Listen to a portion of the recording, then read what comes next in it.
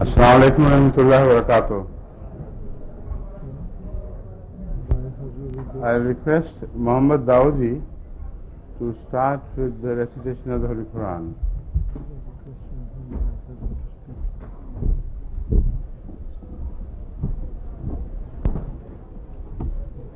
Assalamu alaikum wa rahmatullahi ta'ala wa barakatuh.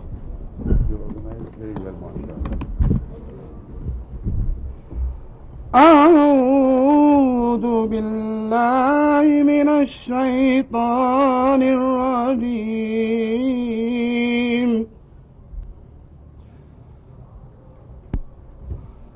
بسم الله الرحمن الرحيم.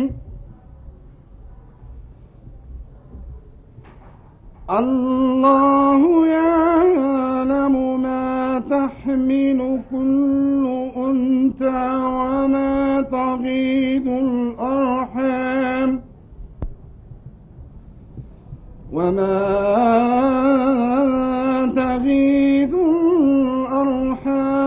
وما تزداد وكل شيء عنده بمقدار. عالم الغيب والشهادة الكبير المتعال. سواء منكم من أسر القول ومن جهر به ومن هو مستخف بالليل وسارب بالنهار.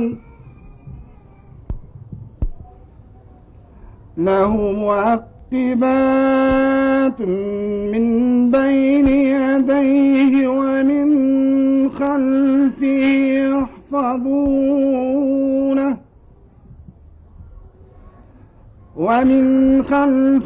يحفظونه من أمر الله. إن الله لا يغير ما بقوم حتى يغيروا ما بأنفسهم. وإذا أراد الله بقوم سوءا فلا مرد له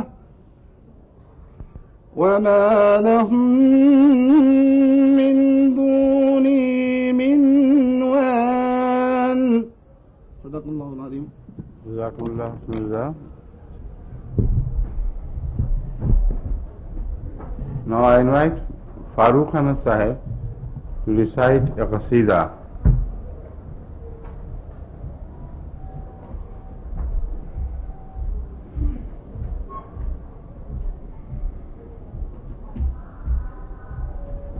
Assalamu alaikum. MashaAllah.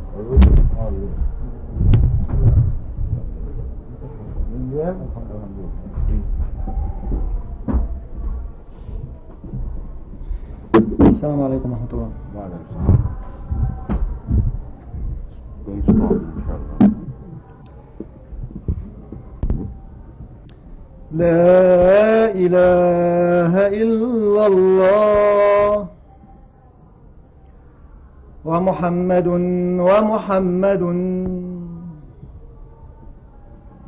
ومحمد رسول الله.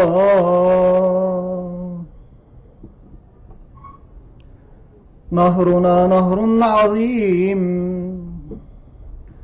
نهرنا خير كريم، نهر الإسلام والإيمان، نهر المحبة والسلام، نهر الإسلام والإيمان، نهر المحبة والسلام، فيه ماء غير آس، لذة للشاربين عالمين. فيه ماء غير آس، لذة للشاربين عالمين. إلينا هنا في نهرنا، إلينا هنا في خيرنا، إلينا هنا في نهرنا، إلينا هنا في خيرنا. في النهر الإسلامي في الخير الرباني، في النهر الإسلامي في الخير الرباني.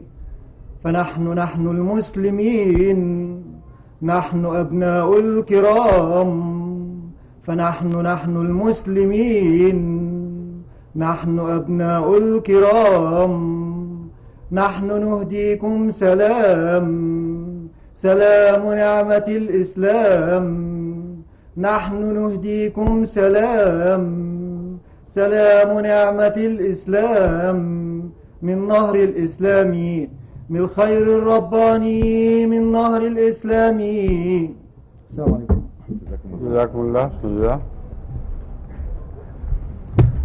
Now the question answer has been changed into a different form. Previously I had invited the questioners to pose their question, and it created many problems. Some speakers took a very long time to compose the question, which was a short question indeed. So there was also repeated disturbance. Many questions were repeated while it was not necessary after they had been answered. So now we have adopted a new system whereby we can collect the questions in writing and organize them, and in that case no time will be wasted on posing the question here on the platform, and I'll be able to organize the questions into a short address which will cover all the questions.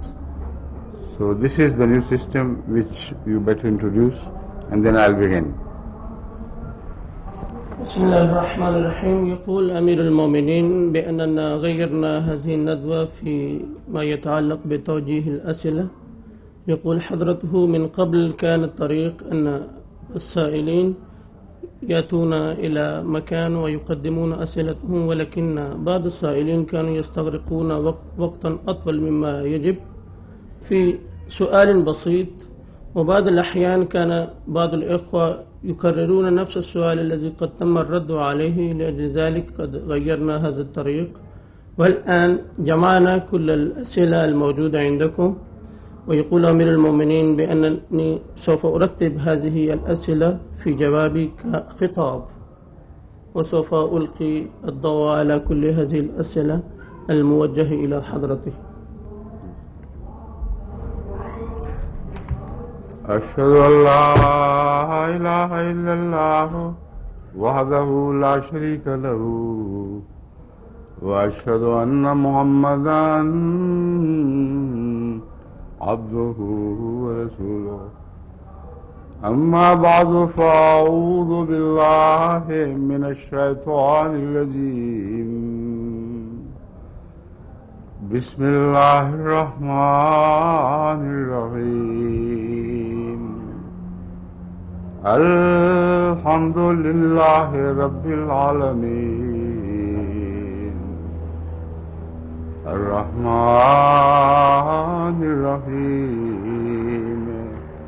Malik Yawmiddin. Iyyaka na'budu wa iyyaka nasta'in. اهدنا الصراط المستقيم صراط الذين أنعمت عليهم غير المغضوب عليهم ولا الضالين.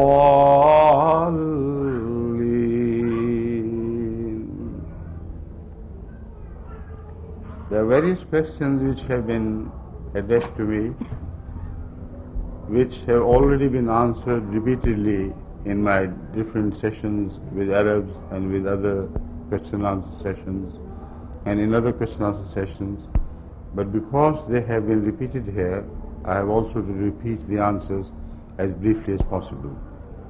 يقول أمير المؤمنين بأن أمامي بعض الأسئلة وكلها تقريبا قد رددت عليها في لقاءاتي مع العرب وغير العرب، ولكن ما دامت قد وجهت إلي مرة أخرى فسوف أرد عليها الآن إن شاء الله.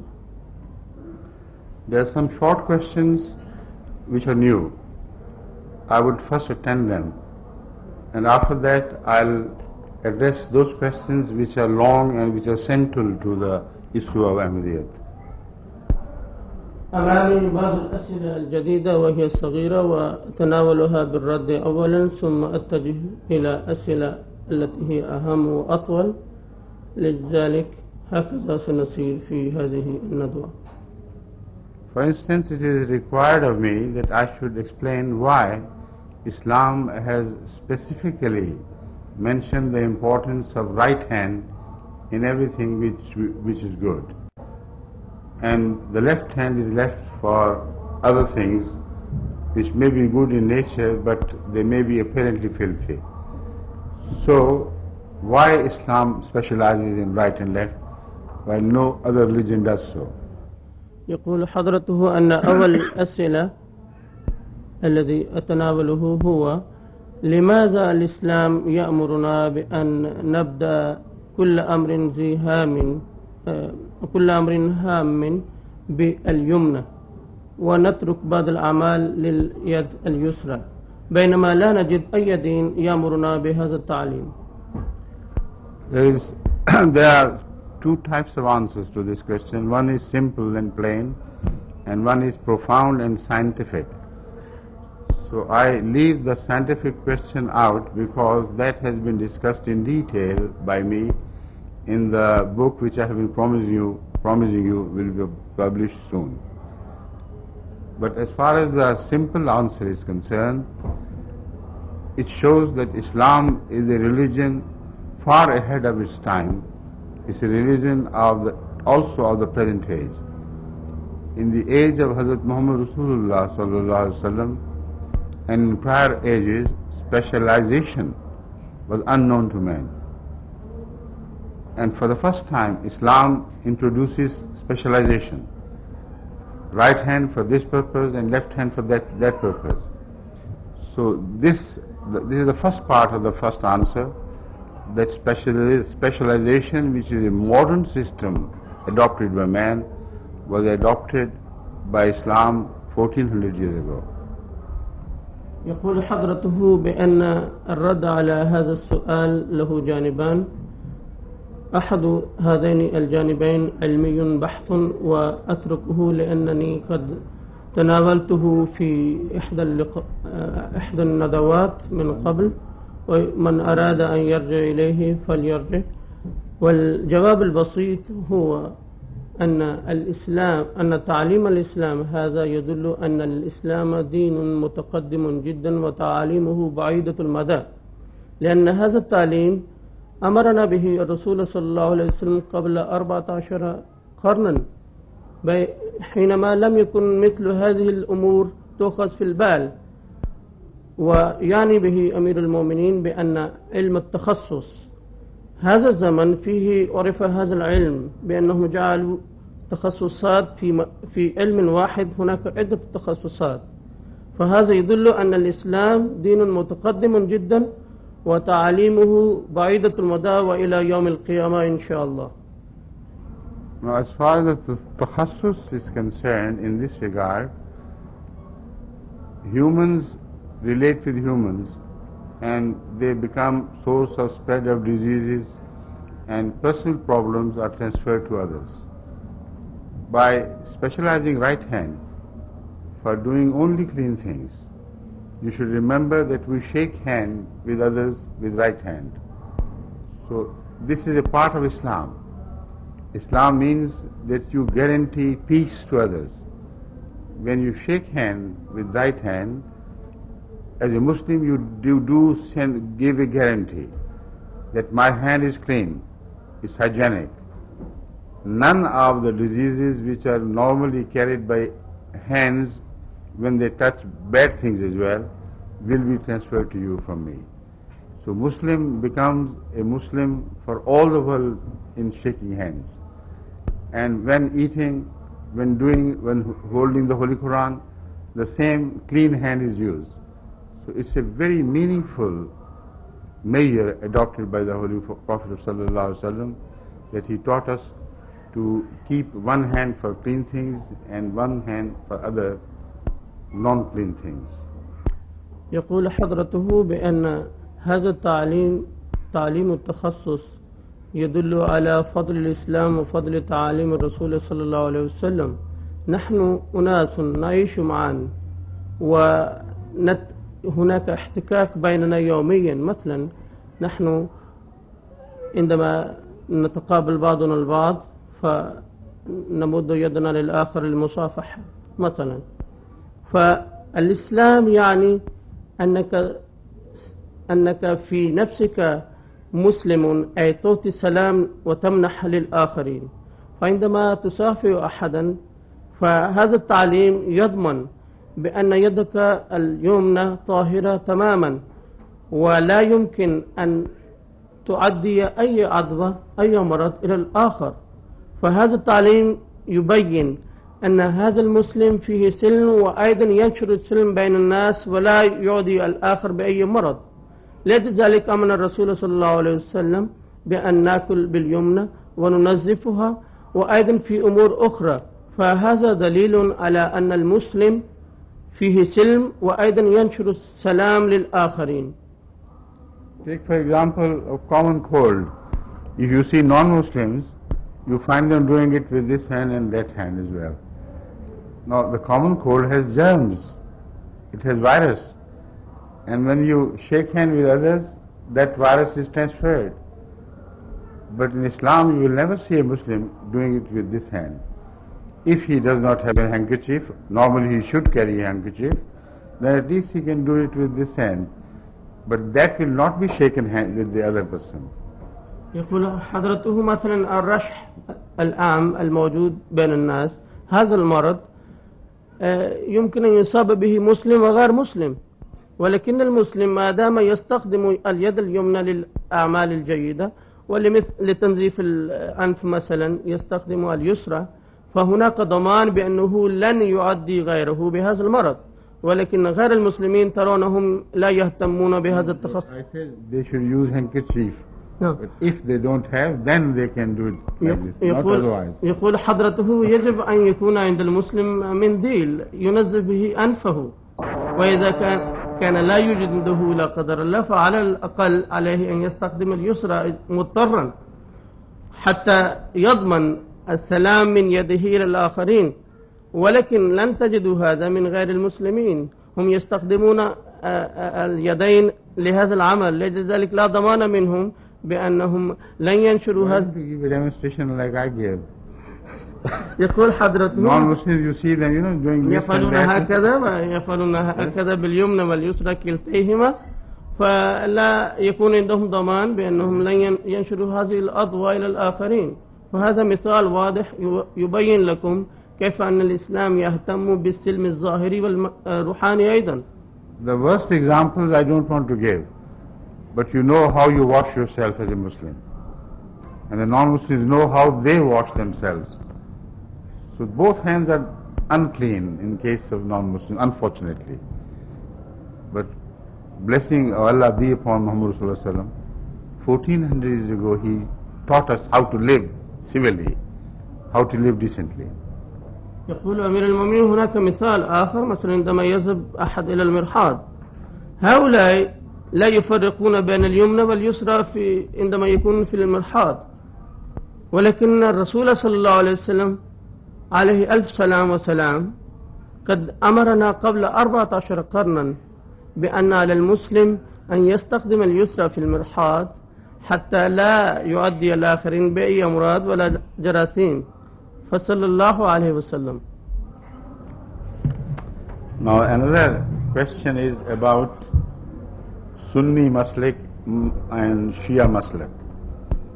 I have spoken in detail about the Shia and Sunni question. The questioner here wants to know, when did Shiaism come to be born?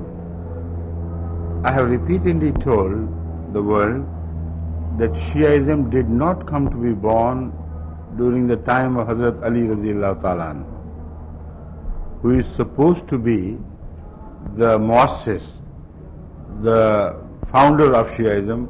He was certainly not. Only this much I can prove to you. The rest is a guesswork. I believe that Shiaism began to penetrate Islamic world from its peripheries, from non-Muslim countries like Iran, which were conquered rapidly. But old traditions of Iranians had not been wiped out. They had seen their forefathers belonging to a system where a king gave birth to a king and the son of the king gave birth to a king. This was the oldest known system of civilization known to the world, which was known to Iranians. Now, it was difficult for them to understand how a revolution had taken place in Islam, whereby the children do not inherit the spiritual honor and office of their parents. So Shiaism was in fact a built-in system in Iranians, and that is why today most of Iran is Shia. It has been so. So Shiaism began to flow into the world of Islam from its peripheries, while Hazrat Ali had nothing to do with that, Raziyallahu Ta'ala anhu. For instance, the basis of Shiaism is that Ali's Khilafat is the unbroken Khilafat after Muhammad Rasulullah Sallallahu Alaihi Wasallam. You remove this fundamental and Shiaism is gone. While Hazrat Ali himself offered his hand for Bai'at to Hazrat Abu Bakr Siddiq Radiyallahu Ta'ala anhu, to Hazrat Umar Radiyallahu Ta'ala anhu, to Hazrat Usman Radiyallahu Ta'ala anhu. And by his practical example, he proved to the world that they were the first caliphs and he was not. So this subject has been developed further by me in other places, but here I think it should be sufficient. يقول أمير المؤمنين يده الله تعالى بالنصر العزيز بأنني قد رددت على هذا السؤال الذي يتعلق بالمسلك الشيعي والمذهب السني. متى بدأ المذهب الشيعي؟ يقول حضرته أنني قد رددت على هذا السؤال في عدة ندوات أخرى، ولكن في هذه الندوة فقط أكتفي بالقول بأن بداية المذهب الشيعي لم يكن في زمن سيدنا علي. هذا يجب بحسب مبادئ الإخوة الشيعة يجب أن يبدأ هذا المذهب من علي، ولكن لا نجد أي أثر من هذا المذهب في زمن علي أبدا، بل الحق أن هذا المذهب جاء من إيران عندما فتح المسلمون هذه البلاد بسرعة، فتسربت هذه الأفكار إلى المسلمين عن طريق الإيرانيين. كانت عندهم الحكم الديني والروحاني كان ينتقل عندهم من الأب إلى الابن فيرثه من أبيه، فكان من الصعب عليهم أن يفهموا كيف يمكن أن لا يرث الابن أباه في هذا الإرث. فلذلك عندما فتحت هذه البلاد وكثر المسلمون الجدد في هذه البلاد انتقل هذا الفكر الإيراني إلى المسلمين، وذلك بعد زمن علي بكثير. فيقول أمير المؤمنين بأن أساس الشيعة هو أن سيدنا علي هو خليفة بلا فصل بلا أي انقطاع بعد الرسول صلى الله عليه وسلم. هذا هو أساس الشيعة، ولو هدم هذا الأساس لم يبقى من المذهب الشيعي شيء. ولكن الحق أن سيدنا علي بعمله هدم هذا الأساس، لأنه بايع بعد النبي صلى الله عليه وسلم على يد أبي بكر أولا، ثم في زمن عمر على يد عمر الفاروق رضي الله عنه، ثم في زمن عثمان رضي الله عنه، وهكذا هو بنفسه يهدم أساس المذهب الشيعي. فهذا ما أستطيع أن أقول في هذه المناسبة. Again, if you look at the geography of Islam, just one glance, this point can be proved easily. The center of Shiaism, the strength of Shiaism lies in Iran, then it travels from there to Iraq. And as you move to the center of Islam, Shiaism disappears. While if it had started from the center of Islam, it should have been stronger there, and it should have petered out as you moved away from the center of Islamic geography. يقول أمير المؤمنين إذا نظرنا إلى هذا المذهب من الوضع الجغرافي، أيضا ستعرفون أن مركز هذا المذهب هو إيران، ومن إيران إلى العراق. ولكن عندما تصلون إلى مركز الإسلام مكة والمدينة لن تجدوا لهذا المذهب هناك أثر. فهذا يدل أن هذا المذهب في الحقيقة خارج على الإسلام. I didn't say that. خارج على الإسلام. I said it did not spread from the center to the periphery. يقول أمير المؤمنين أنا لم أقول أنه خارج على الإسلام، بل قلت أنه لم يكن في مركز الإسلام وإنما جاء من الخارج.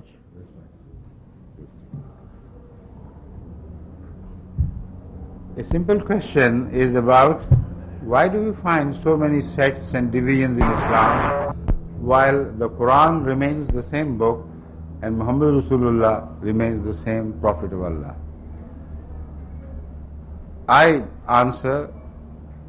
In answer to this question, I point out that the question is wrongly framed.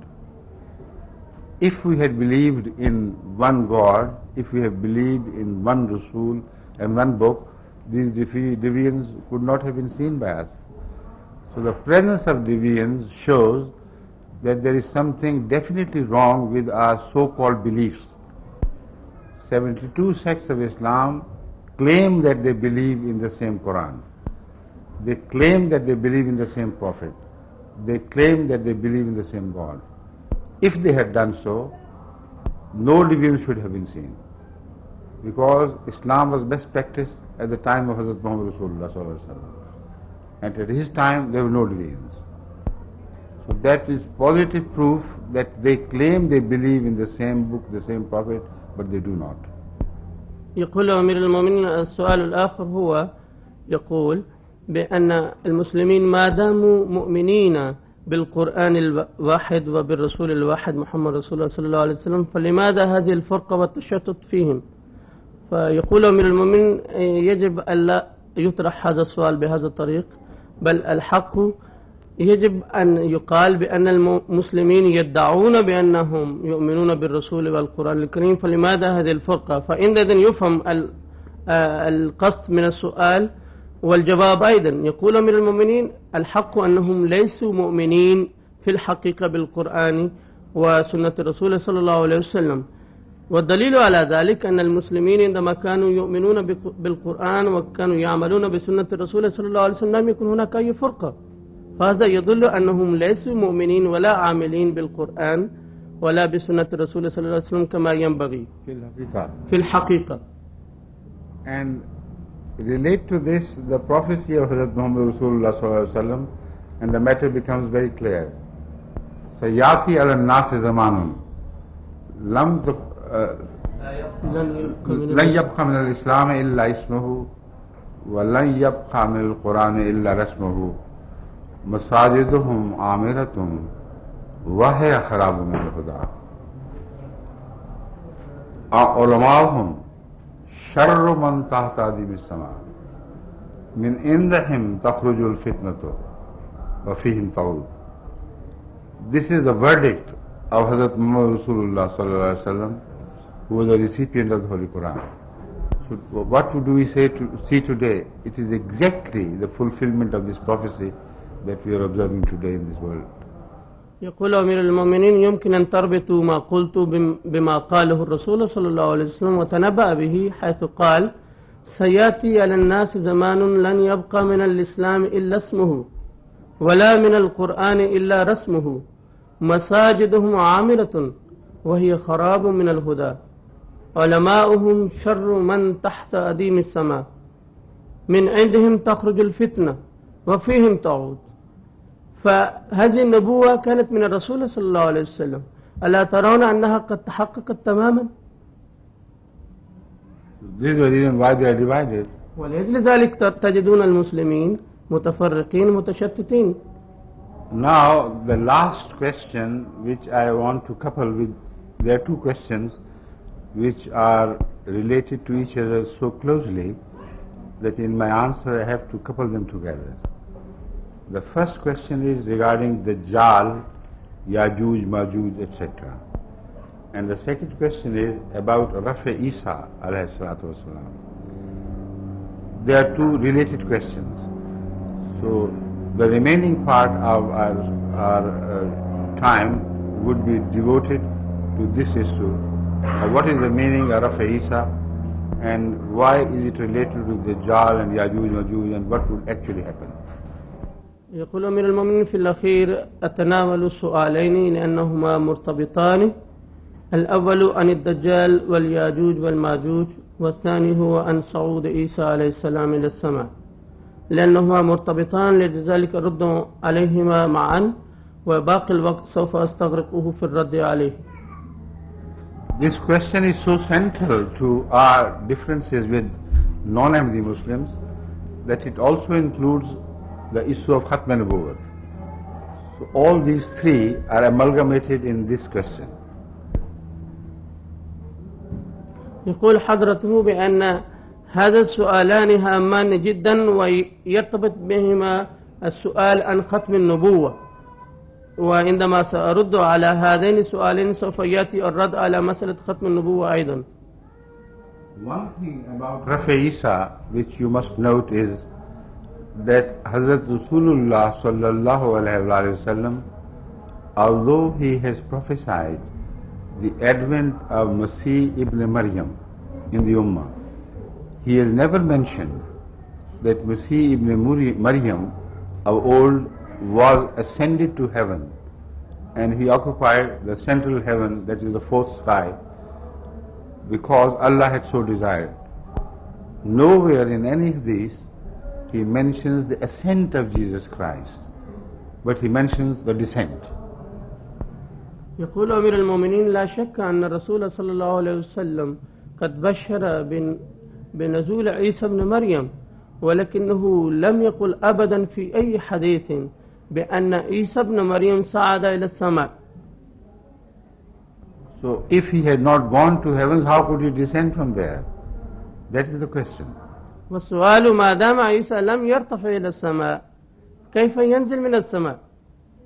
Now if you concentrate your attention to the word nuzul, which is used by Hazrat Muhammad Rasulullah sallam to indicate descent, then all the question is resolved by concentrating on the word nuzul. لو ركزتم على كلمة النزول ومعناها عندئذ سوف ينشرح لكم معنى الصعود والنزول أيضا. In the Holy Quran, the word nuzul is used differently, in different contexts, about things which never had souls to the heavens. They always remain to the earth, in the earth. So this question of nuzul is settled once and for all in relation to Jesus Christ as well. القرآن ذكر كلمة النزول عن أشياء هي الأرضية في الحقيقة ولم تنزل من السماء، فالقرآن باستخدامه هذا قد حل لنا مشكلة صعود عيسى عليه السلام ونزوله أيضا. Islam speaks among metals of iron, that it descended from heaven. Did it ever ascend to heaven like they believe Jesus did? يقول القرآن الكريم أننا أنزلنا الحديد، فهل هذا الحديد ينزل من السماء؟ وإذا فهمتم هذا يمكن أن تفهموا ما معنى نزول عيسى ابن مريم. No, I didn't say that. I'm saying the same thing in a different way altogether now. I'm not repeating the past things. Sorry. What I'm saying is that from the nuzul of Isa, as used in Hadith, they infer that he must have gone to the heaven, so that he descends. I'm talking of the Holy Quran, speaking of things which they know never ascended to heaven from earth, and yet they descended. يقول أمير المؤمنين بأن القرآن يستخدم كلمة النزول عن أرض، عن أشياء تنشأ وتنبت من الأرض، فكذلك الحديث الذي وتبقى هذه الأشياء على الأرض. وكذلك الحديث الذي يتحدث عن نزول عيسى ابن مريم أيضا لا يذكر صعود عيسى إلى السماء، فقط يذكر عن نزوله من السماء. Have you ever witnessed iron ore which is dug out from the earth, descending from heaven, and have you ever walked out with hamlets on so that lest iron should descend from heaven? يقول أمير المؤمنين هذه القطع الحديدية التي يستخرجونها من المناجم، هل رأيتموها تنزل من السماء؟ هل رأيتم أحدا يلبس هذه القبة الحديدية حتى لا تسقط عليه هذه القطع الحديدية من السماء؟ And again the same word nuzul is used with regards to animals like cattle. The Holy Quran says that we caused cattle to descend. The word nuzul is again used.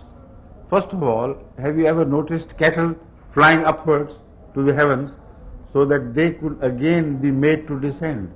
Never. If anybody has, he must raise his hand now here. يقول أمير المؤمنين القرآن يستخدم كلمة النزول للدواب أيضا، فهل رأيتم هذه الدواب تصعد إلى السماء ثم تنزل منها؟ إذا كان أحد منكم قد رأى هذا فيجب أن يرفع يده الآن. You see, remember that the only argument in favor of Jesus Christ which they can really give is because he would descend, so he must have ascended. All these things I have shown from the Quran never ascended to the heavens, but they descended.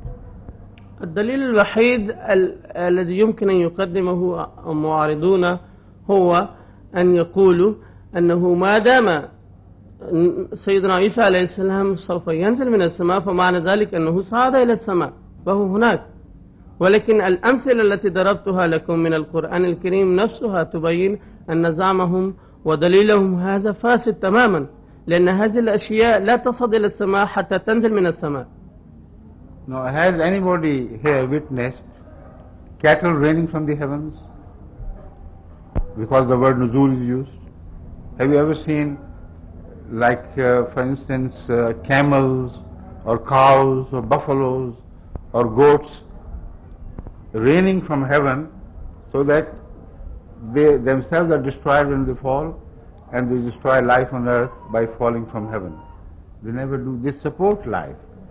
They do not descend from heaven in that sense as people believe, as the mullah believes. That descent must have destroyed life and them themselves. But the cattle is used, these animals are used to support life, not to destroy it. يقول أمير المؤمنين هذه الأنعام من الإبل والجواميس والبقر، هل رأى أحدكم تصعد إلى السماء وتنزل من السماء؟ إذا نزلت من السماء لابد أن تهلك بنفسها وتهلك الخلق. فهذه الأنعام هي رمز للحياة وليس لإهلاك الحياة على الأرض. No, these are just material things and forms of life here on earth. When you come to why is the word nuzul used, this is the question. I can prove that of all the metals, iron is the most useful metal.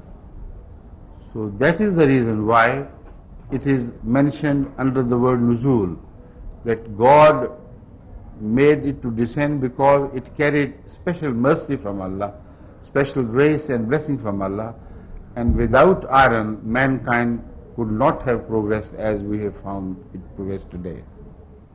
يقول أمير المؤمنين هذه الأشياء المادية التي استخدم عنها كلمة النزول في الحقيقة تتصدر فيها هذه الحديد، يتصدر هذه المعادن في فضله وخيره للإنسانية، لأن هذا الحديد هو أفضل معدن استخدمه الإنسان لرقيه وتقدمه.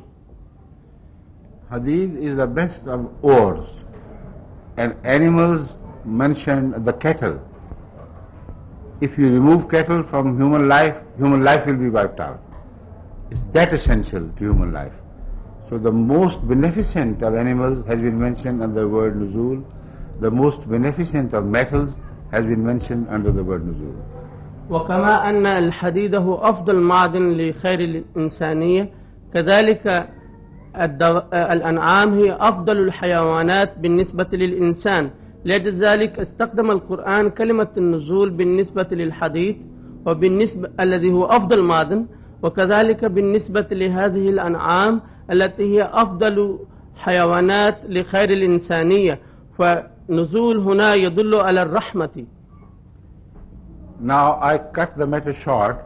Let's turn to Hazrat Muhammad Rasulullah sallallahu alaihi wasallam. He is the only prophet. Of all the prophets mentioned in the Quran or not mentioned, who is referred to as having nuzul from heaven, for Allah made him to do nuzul. يقول أمير المؤمنين أنا أختصر الكلام وأتجه إلى الرسول صلى الله عليه وسلم. القرآن استخدم لبعث الرسول صلى الله عليه وسلم كلمة النزول، سواء استخدمت هذه الكلمة في شأن أي نبي آخر أم لا، ولكنه استخدم هذه الكلمة للرسول صلى الله عليه وسلم خاصة. No other prophet. ولم يستخدمها في حق أي نبي آخر. So that shows that like iron is the best of all the metals, like cattle is the best of all animals for human support, Hazrat Muhammad Rasulullah sallallahu alaihi wasallam is best of all the prophets to support spiritual life among humans. وكما أن الحديد هو أفضل المعادن وهذه الأنعام هي أفضل الحيوانات لخير الإنسانية، ولذلك استخدم عنهم القرآن الكريم كلمة النزول، كذلك استخدم القرآن أن ذلك النبي هو أفضل نبي وأكبر رحمة للإنسانية، استخدم لأجله كلمة النزول فقط لأجله. No, it is Hazrat Muhammad Rasulullah sallallahu alaihi wasallam who prophesies the advent of Jesus under the word nuzul, exactly in line with the Quranic usage of this word. Again, please. No, he was thinking of something else while I am waiting for him to translate. Imagine what he will do in the running translation. All the people who do running translation, it's impossible for them to do justice. So you must have it retranslated, whatever was done running translation, and only then you will understand what I said. It's human, I understand, this can happen. He's doing very good translation, but it happens, he's human. Now, the point I made was that Ahazah sallallahu alayhi wa sallam betook it to himself to mention the future prophet of Allah under the word nuzul, because he understood the meaning of nuzul more than anyone else, because he was the recipient of the Quran in which the word nuzul was used, as I have explained to you. يقول أمير المؤمنين عندما كنت أتحدث هذا المترجم كان في واد آخر لذلك نسي، فما باله عندما يترجم لكم ترجمة فورية لخطبي، فهذه الخطبة التي تترجم ترجمة فورية يجب أن تعاد ترجمتها حتى تستفيد منها كما يجب. هو إنسان وأنا عارف الترجمة الفورية صعب، فلذلك يجب أن تأخذ هذا الأمر في البال. ويقول أمير المؤمنين بأن الرسول صلى الله عليه وسلم قد استخدم كلمة النزول للنبي الموعود لهذه الأمة الذي سوف يبعث في آخر الزمان في هذه الأمة. لقد استخدم هذه الكلمة كلمة النزول في شأن هذا النبي الرسول صلى الله عليه وسلم لأنه كان أكثر الناس فهما لكلمة النزول.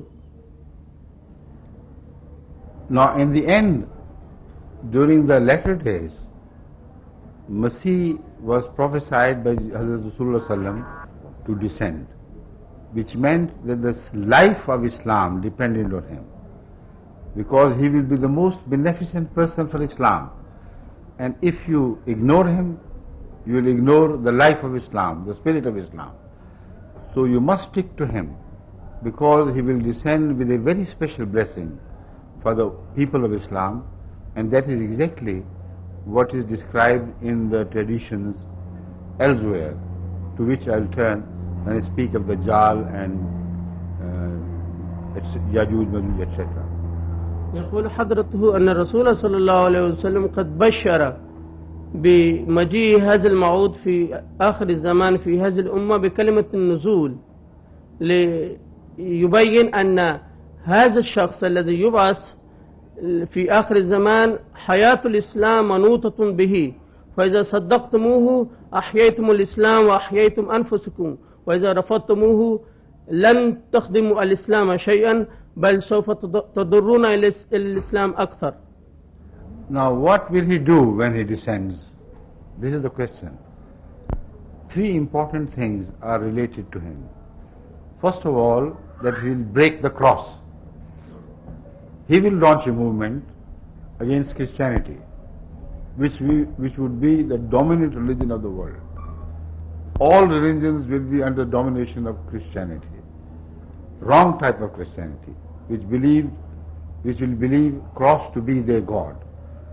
What will Jesus Christ do? That Jesus who is to come in Islam. The most important task he will perform will be, he will break the cross into two. يقول حضرته أن نسيت قبل ذلك أن أترجم جزءا من كلامه. يقول من هناك روايات أخرى سوف أتناولها تتعلق بهذا الموضوع، والآن بدأ حضرته يفسر هذا الموضوع أكثر. يقول هذا المسيح الموعود للأمة الإسلامية قد ذكر النبي صلى الله عليه وسلم أعماله، ومن أعماله ذكر أولا أنه سيكسر الصليب، والصليب رمز إلى المسيحية الفاسدة. يقتل الخنزير. ثم قال ويقتل الخنزير.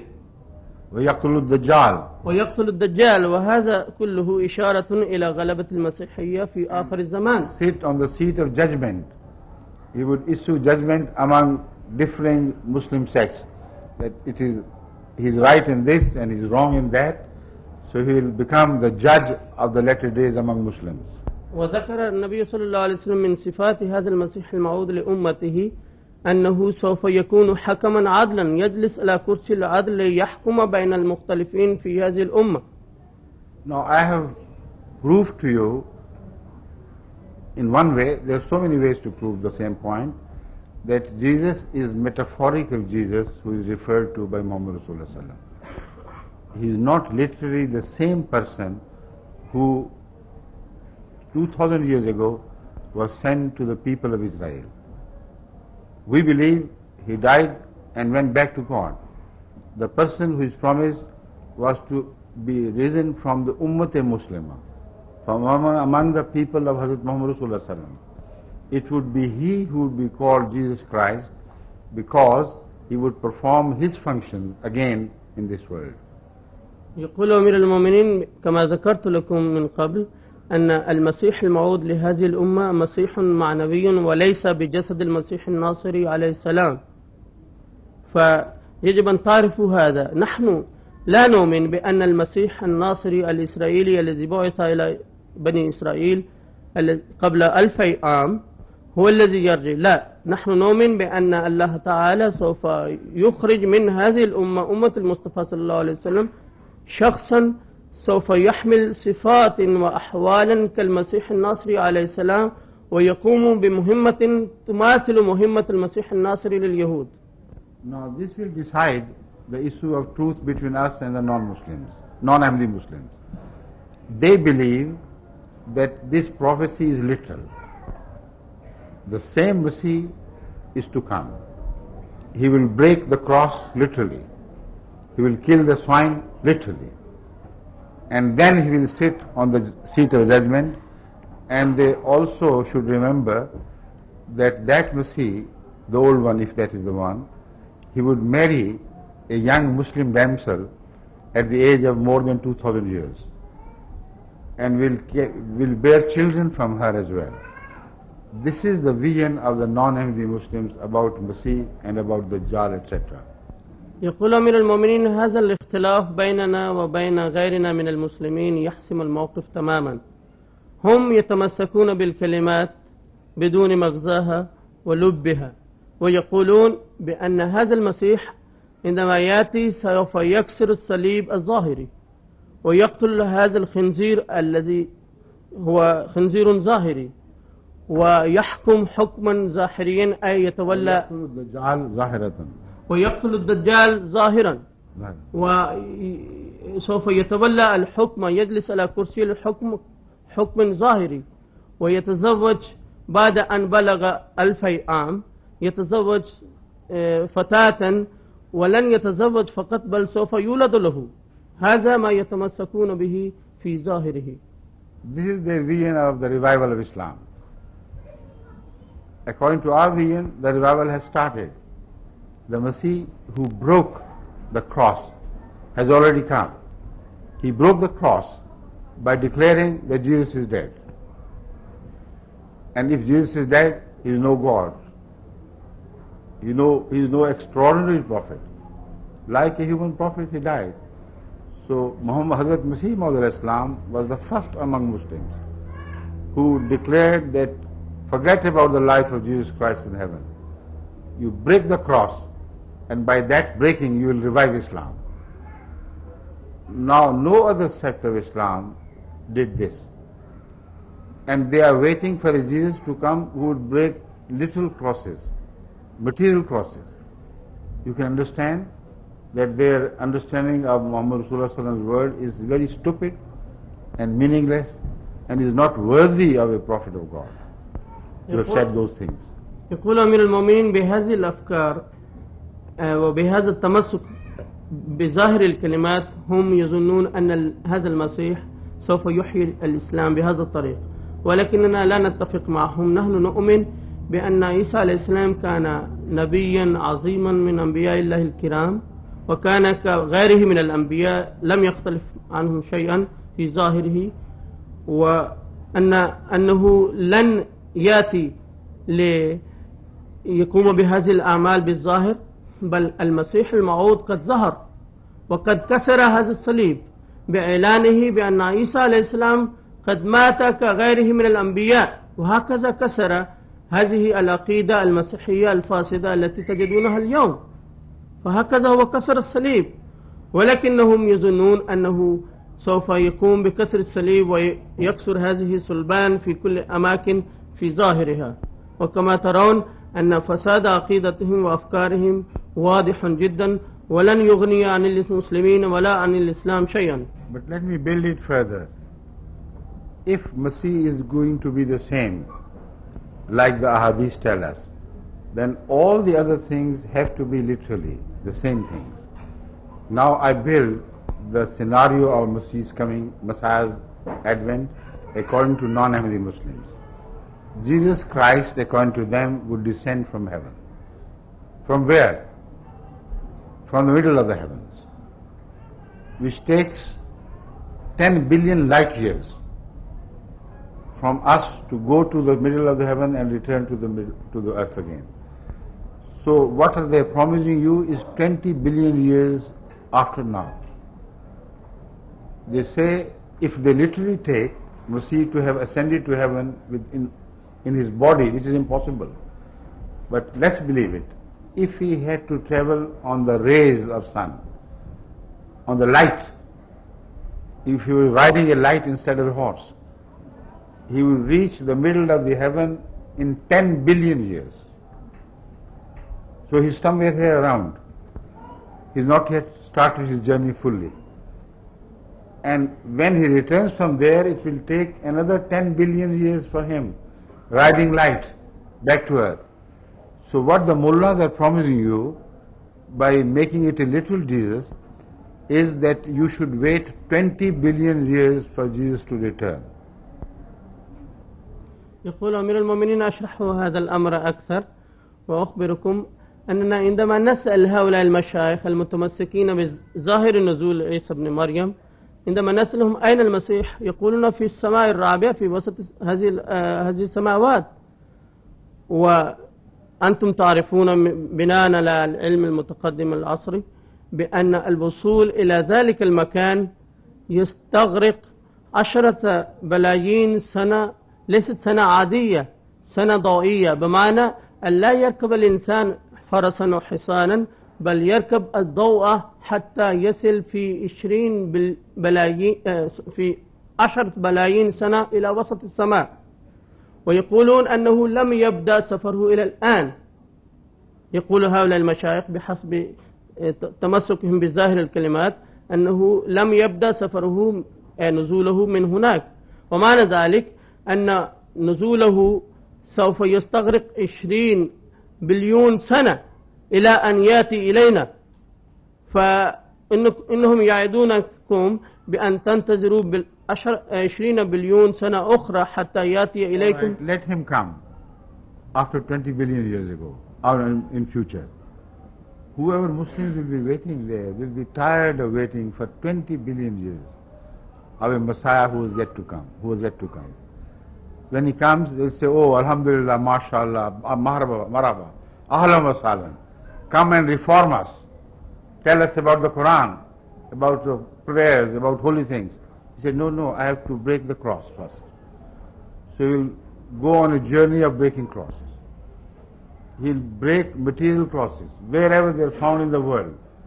There are billions of crosses which he must break with his hands. He'll throw them away, and this journey would take I don't know how many years, because he'll be on foot.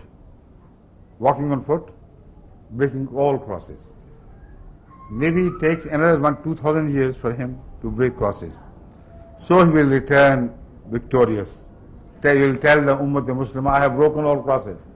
Say, Alhamdulillah, come and teach us the Quran. No. I have to kill the swine as yet. That is prophesied.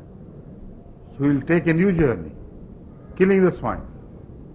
All over the world, in all the banks of the rivers and wherever the swines are found in jungle, he will travel and destroy every swine. He visits the skies, he will visit the places where the swines are raised artificially, and he will destroy every such form. I don't know how long will it take, but when he does it, he returns and says, now I have killed the swines. The Muslims will enjoy, Alhamdulillah, at last Jesus has come. I have to I have to kill and murder the rascal Ad-Dajjal. After that I will return. So he takes the sword in his hand and goes on a journey to find Dajjal. Now Dajjal would be sitting on his donkey. His head will be above the skyline. It would be a very big jump for Jesus to reach his neck. By jumping from the ground, of course he had jumped to the first middle of the heaven. Why couldn't he jump to that neck of the Dajjal? So he'd make a big jump and strike his neck down by his sword. Then the Dajjal will be destroyed. But what about the donkey? When will it be born? Unless the donkey is born, Jesus cannot come. Because unless the donkey is born, the Dajjal cannot come. And unless the donkey answers to the description of that donkey, nothing can happen.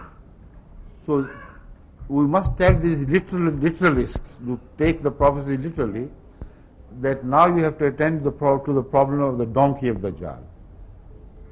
That donkey would eat fire. Everybody knows. And in the same valley where he is eating fire, people will travel. They will enter from his sides. So a strange donkey would be born whose sides will have windows. and the fire he eats will not burn the people who travel in the belly of their donkey. On land, he will be a different donkey. He will travel from place to place, from station to station, and will announce that I am about to leave. All passengers are invited to come. His speed will be much faster than the animal donkeys. He would cover the journeys of months in hours.